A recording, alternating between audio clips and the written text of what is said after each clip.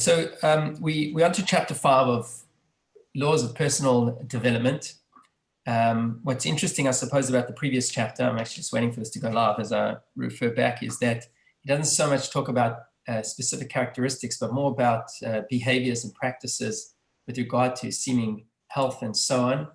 And I suppose in a way it's about practicing certain disciplines in life, which ultimately refers to a level of character development. Let me just get this recording started, sorry. In chapter 5 here, the Rambam continues to explore aspects of kind of personal behavior, but a somewhat what you would seem to be more refined level beyond what we've discussed in the previous chapter. And he attributes this to one that he calls a chacham, a wise person, or particularly as he'll change from the phrase chacham in the initial sentence to talmid chacham, who some of you might be familiar with that expression. Talmid chacham means a Torah sage. So obviously all this conduct and behavior that he refers to would be in addition to the actual wisdom and knowledge of Torah that the individual has. And it would seem that the Rambam implies that the two complement each other and maybe are dependent on each other. So to be a true sage, one would have to be more refined in character, and by expanding our Torah knowledge, it helps us to refine character as well. So let's get straight into the text. Just as a wise man is recognized through his wisdom as well as his personality and temperament and is distinct from others,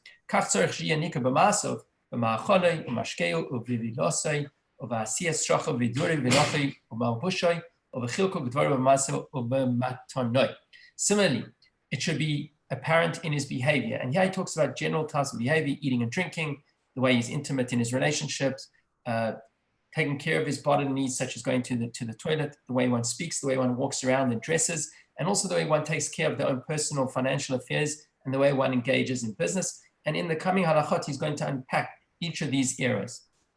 And generally, in all these areas, a person's behavior should be exceptional. So how does this translate? A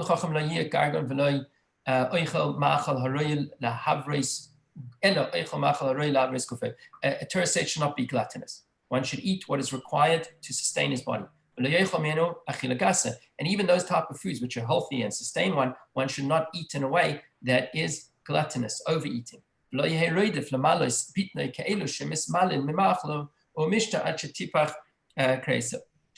should not seek to stuff themselves once they overfill. So when you go over to the smorgasbord, you don't have to take a sample of every single option that is there, and certainly not to overindulge on each option.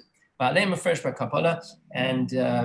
about such practice we have in the writings of the prophets. Interesting that the Rambam, Kabbalah, we always speak about Kabbalah as Jewish mysticism. Kabbalah in the context of the Rambam refers to the words of our sages. And he quotes here the verse from prophet in the book of Malachi, V'zeirisi peres al pneim, I will spread dung on your face, the dung of your feasts. And the sages have translated this particular verse to mean this is a reference to people who eat and drink their days away, as if every day is a great feast and a holiday.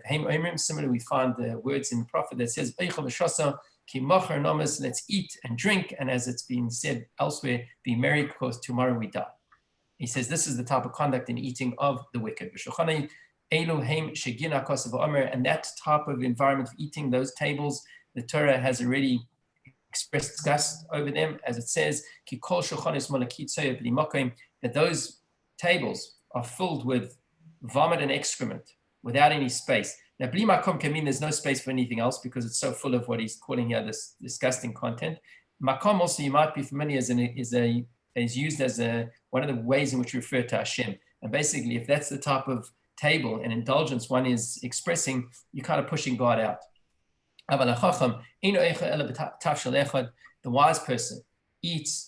And obviously here we say the wisdom, as we see the Rambam is also about refined characters. One who eats 1 or 2 dishes, just enough to sustain oneself. And that's what King Solomon refers to as Tadik Oichel Osei V'Nafshei, the righteous man eats to satisfy his soul. The second halakha. We spoke about what one eats. Now we speak about where one eats. One should ideally have his meals at home. And one should not eat out in stores or out in the marketplace unless in great need. Obviously, if a person requires to eat, is hungry or starving and needs to eat, they can make an exception, but try to avoid it. He says so that one should not lower themselves before other people. One should not eat amongst the commoners, so to speak. Not at those tables which we've described earlier as tables that are filled with vomit and excrement. Similarly, a person shouldn't eat out. It shouldn't make it a practice to eat out, even if it's with other wise people. Neither should be eating out in big gatherings. It's only appropriate that one should eat at what we call the meal of a mitzvah, like associated with a wedding or bris or something like that. Like he says here, the examples of meals associated with engagement and marriage. And it's important to note that in the phrase of our sages, erusin, which we translate here as engagement, is not quite what we term today as engagement. Erusin is the moment of the giving of the ring. And back in the day, that bond was made, that commitment was made months ahead of actually standing under the chuppah. Today, we do that ceremony under the chuppah itself. So it's not the common engagement party that we would have nowadays. He's talking about a meal associated with the mitzvah of erusin, that level of engagement. And he says generally, and even marriage and engagement parties or meals should be to a couple that is the son and daughter of Talmidei Chachamim. And he says the truly righteous, and here he refers to examples in the Gemara that would refuse to eat from other people's tables. I guess that there's a sense of not being dependent on others, and there's also the sense that the Talmud Chacham eat as a mundane part of life. It's that area where you would assume that everybody is equal, and in a sense we are.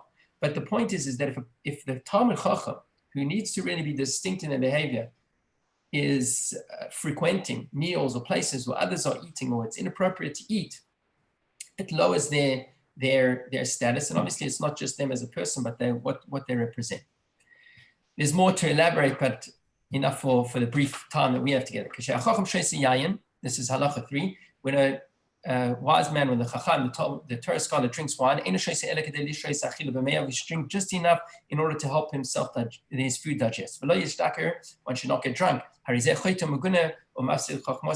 someone who gets drunk loses his wisdom, and this is considered terribly shameful and desecrates the name of Hashem. Sorry, the next point. If a Talmud Chacham does get drunk, he desecrates Hashem's name. He says basically drinking should not take just place in the middle of the afternoon. Drinking is part of the meal. If you are going to drink wine, it should be part of the meal. Because he says when you drink together with the food, one does not get drunk as easily. And when we talk about not drinking more than, and even when you do drink, right, he says it's got to be small amounts, but even then it should be only during the meal, and it should not be in the way of drunkenness, or at times not associated with the meal. Number 4. Now he moves on to other practices. He talk about intimacy with one's wife, and how a Talmud Chacham should distinguish himself in this area of life. Even though a man's wife is permissible to him at any time, this is obviously providing that it's not during that time of month of what we call nida, which his laws will elaborate in another time, but it's a permissible time for him to be together. A Talmud Chacham should conduct himself with an added level of sanctity. He should not be found with his wife like a rooster. The rooster is considered insatiable, so to speak. But rather, intimacy should take place from week to week, and ideally on a Shabbat night.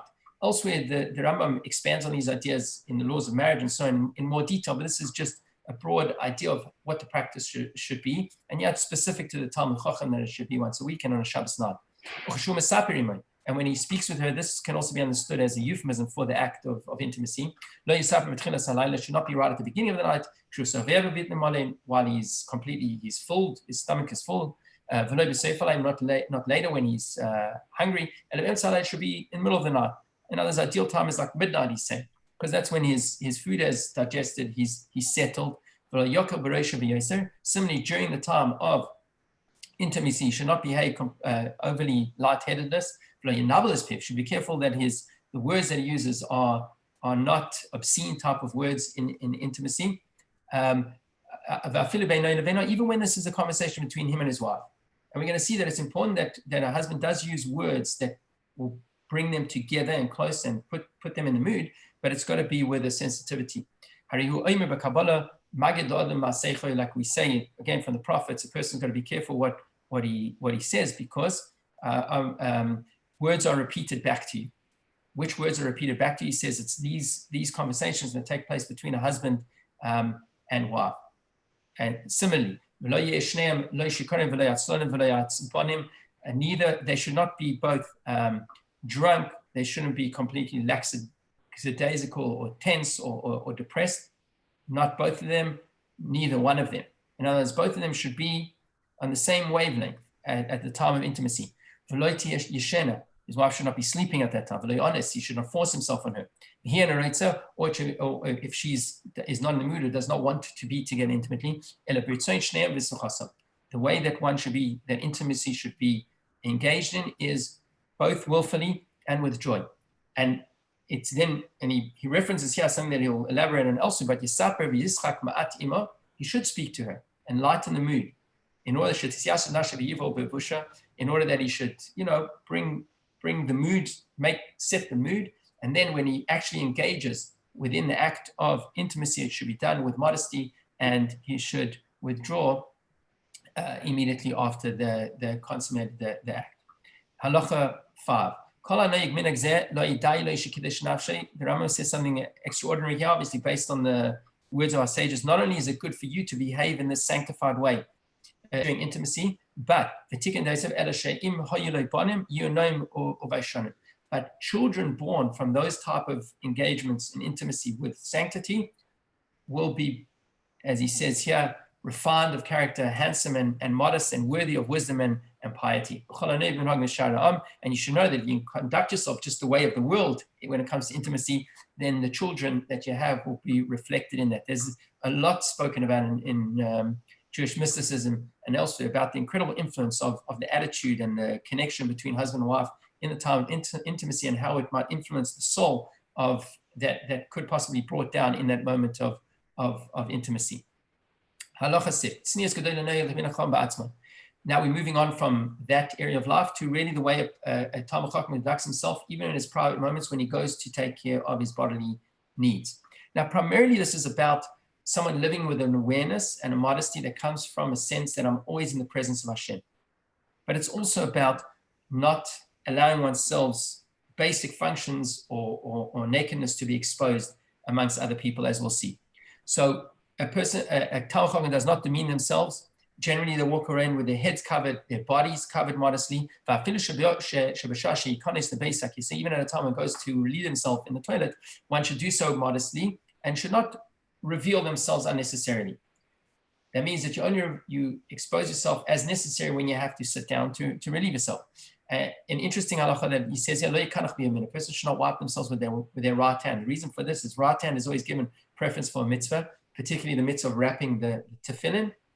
So we try to avoid wiping ourselves with the right hand. It is brought down in other halachic sources that this may only refer perhaps to when wiping with your actual hand, as opposed to if you're using an implement to wipe yourself, it may not apply.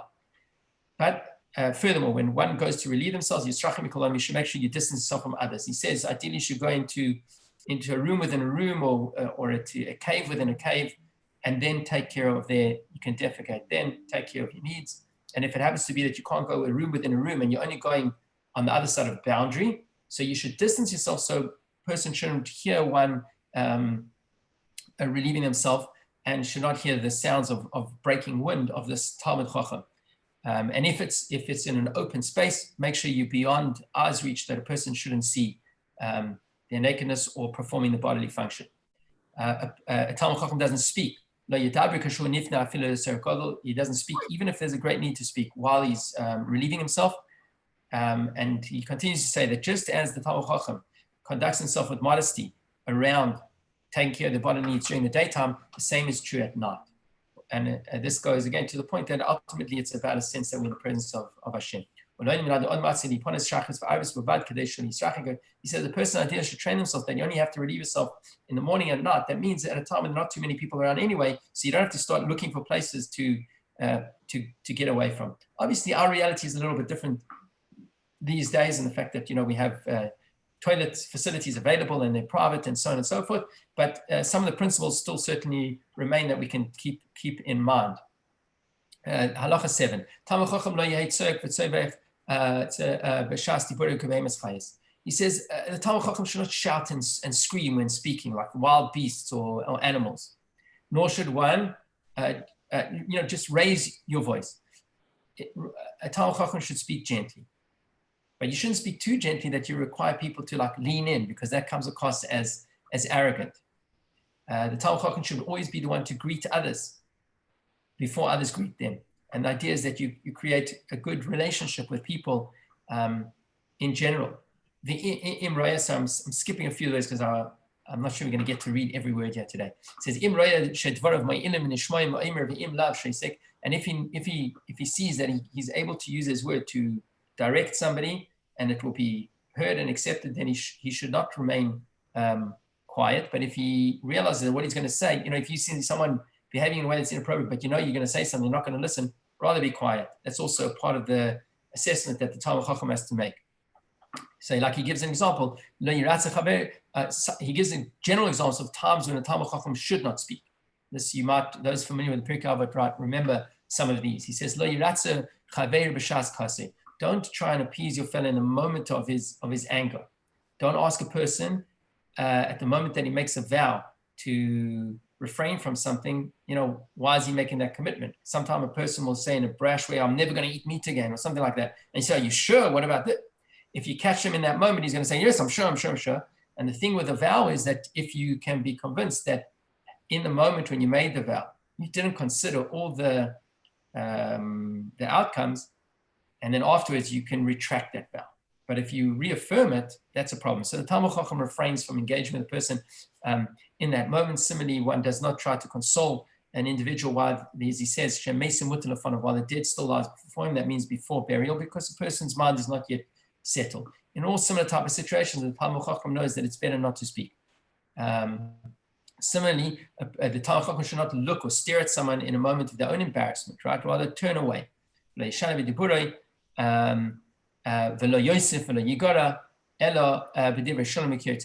Should be careful with his speech. He should use measured speech, not too much, not too little.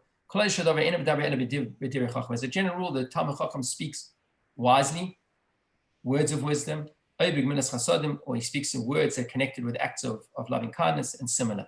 Another area, Talmud Chacham should not converse with a woman in the marketplace, meaning publicly, even if be his wife, sister, or daughter, because others may not know what the relationship with this particular woman is, and we don't want to raise any type of suspicion. Halacha 8. So we spoke about the type of interactions. Now we talk simply about how a person walks. He says a person should not walk with his head and his neck stretched out, like we speak about a reference to the women who are considered sinful, that they stretch out their necks and they flutter their eyelids.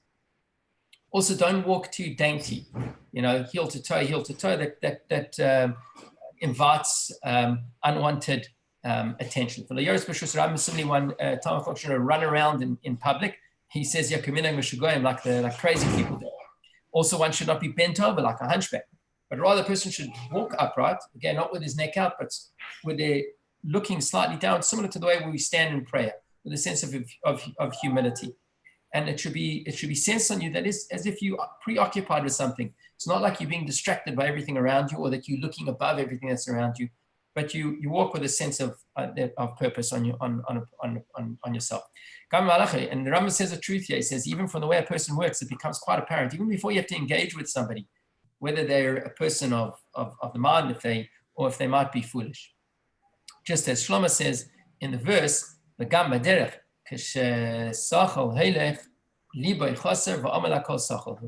On the road too, when the fool walks, his mind is empty and he proclaims to all that he's a fool. In other words, he doesn't have to speak. You can see it from the way in which he presents himself and walks. Halacha 9. How should the Talmid Chacham dress? Should make sure that his clothing are clean and attractive. Shouldn't have stains on his garments. Also, the Talmid Chacham should not be wearing overly elaborate clothing that draw attention. Here refers to regal garb, but it should be attractive and mid-range. Somebody should be careful that the clothing that he wears should not be see-through, that his flesh is visible through his clothing. He gives an example like the share linen that comes out of Egypt. I don't know about linen today. I know that the Egyptian cotton is still something. I don't know if that's share, but this is the point. Don't be wearing that in a way that you can be seen through. And here he talks also about the length of the garments. It's clear that the style of dress was different then. I'm not sure it would be applied in this specific way today, but he says he shouldn't let his cloak to hang too long. He does make a reference here that if on Shabbat, one doesn't, Talmid Chacham doesn't have additional clothing, so he can let out the hem, it seems, because this seems to have been a more kind of regal type of dress and would make it appropriate on Shabbos, but not appropriate for the rest of the week. He speaks about not having shoes that are patched up too much, obviously, so long as he can afford it. But this, he says, is true only in the summer. And the reason of is because in winter times, the assumption is during the rainy season, there's mud, and anyway, the shoes are covered over, so you can't really see if there's more than one patch on the shoe. You would get the point. The idea is that it should be modest dress, it should be clean, presentable, not ostentatious, and not too flashy, and not immodest in the sense that it exposes one. Furthermore, he says the Talmid Chacham should not walk around overly perfumed in his hair. One would, however, be allowed to put on some type of perfume in order to remove filth and, I suppose, bad odors, which would be deodorant that is certainly appropriate. And he says the Talmid Chacham should not go out alone at night unless he has a set time for teaching Torah or learning. And as he concludes, Kol Edim Ne'achshad, all of these raise suspicion. You know, there's the smells, the perfumes of going out at night alone might raise suspicion of what exactly this guy is doing. And the Talmid Chacham wants to avoid those situations. Halacha 10, this Torah sage, we go now to managing his personal financial affairs. He should eat and drink himself and provide for his household according to his means. Should not overtax himself. We shouldn't go into debt for the basic household needs. And as our sages have said,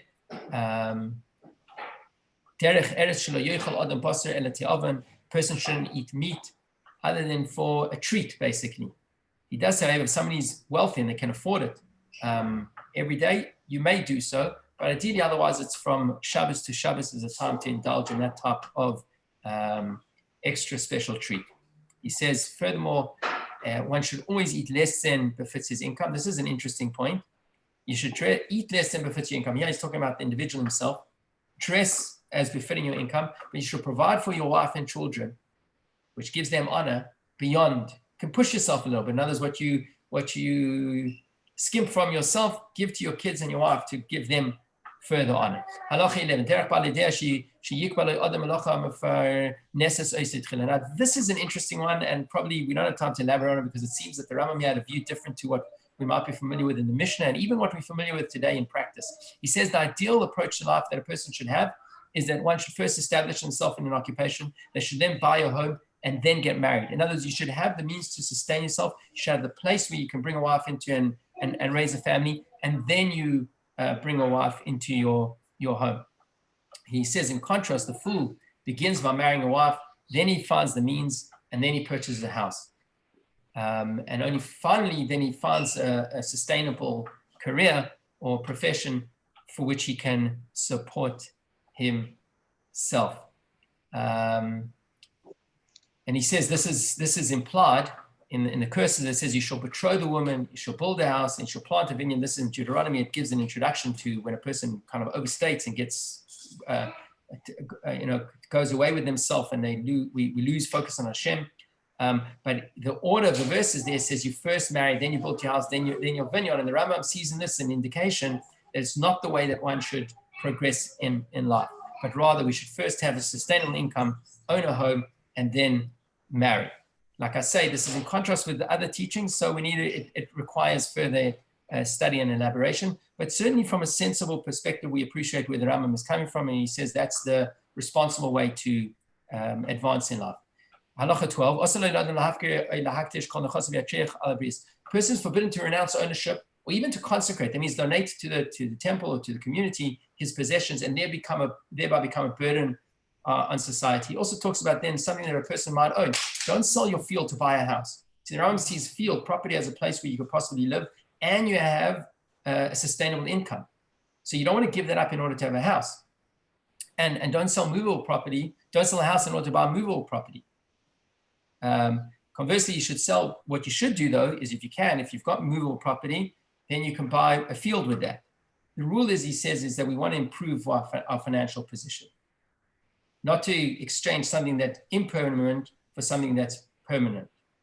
As intention should be to enjoy slight monetary pleasure or to enjoy slight pleasure for which he incurs a great loss. In other words, the way up should be that you shouldn't give up something that's going to that has a sustainable income for something that doesn't give you, even if it might be more pleasurable, so to speak, in the moment.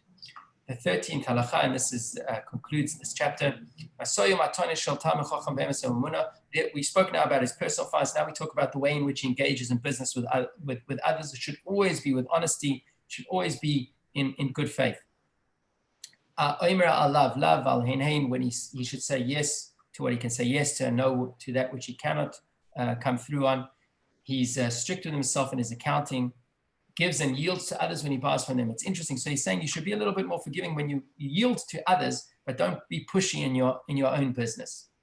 He pays for his purchases immediately. This is interesting. So he shouldn't take things on credit or on loan. And he says the Talmud Chacham shouldn't act as a guarantor generally, or accept objects for a deposit, or act as a debt collector for other lenders. Don't take on these responsibilities of finances that are not your own, basically.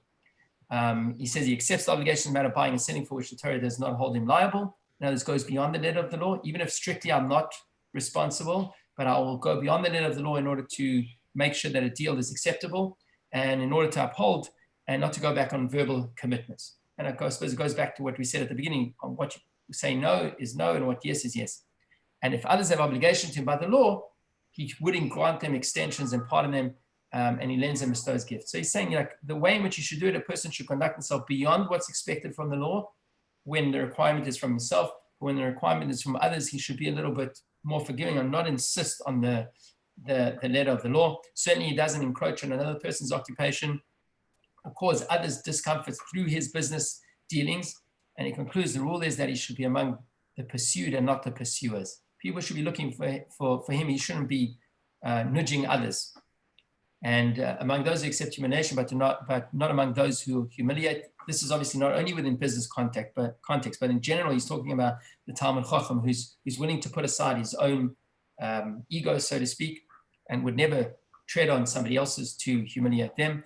Whoever does all the above and their like of him, the prophet says, and he said to me, you are my servant Israel, through whom I will be glorified. Okay, so with that, we conclude chapter 5, and it brings us exactly to half an hour. So that's part of the objective here. I know it doesn't give us time to elaborate on everything. I don't mind spending a few more minutes to try and answer questions if there are any. And Rabbi, a quick question. Sure.